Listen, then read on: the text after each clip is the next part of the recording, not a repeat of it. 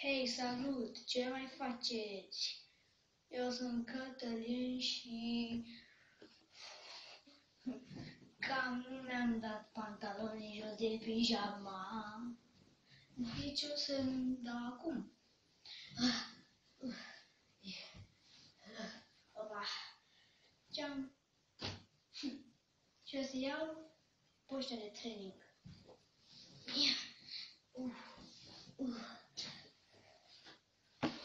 Gata!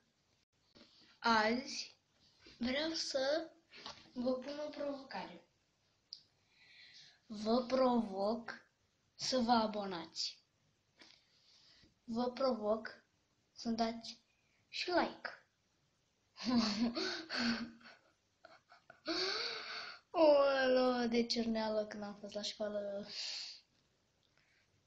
Să-mi dați și share și comment. De fapt, eu și pe degetul ăsta sunt și păsat după aici, așa, bine. Și n-am zis că o să vă zic una, dar v-am zis 4. Bine, eu o să-mi fac freza cu gel, stil gelatină, de la un magazin de la școală de la mine, este de la Mara Gel Pur, a costat 2,50 lei.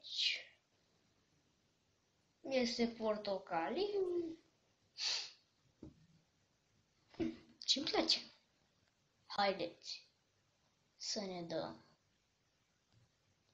Unde ce mai întâi o să desfac capul. O să mă... Hai să iau un pic mai mult. Opa, opa. Ups. În fine. Stați că nu termin aici. Hop.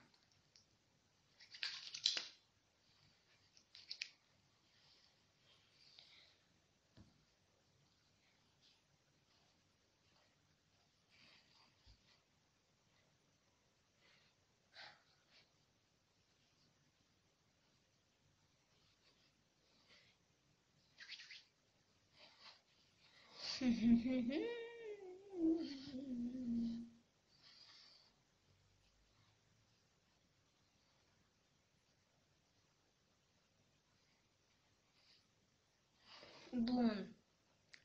Mi-am făcut cărare pe dreapta. De fapt, în realitate eu mi-am făcut cărare pe stânga, dar în videoclipul mă filmez se vede pe dreapta. Acum hai să fac altă frează.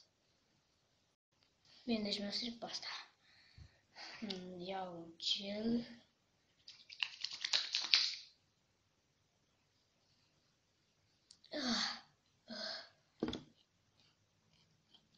Am luat prea mult. Ec.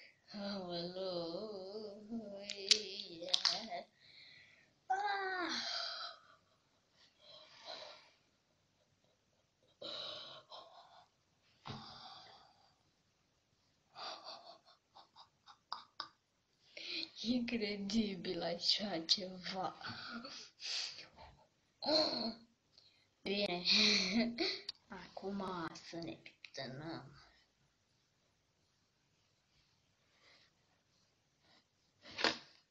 De fapt, hai să nu mai mă pieptăm. Îmi fac o crestă.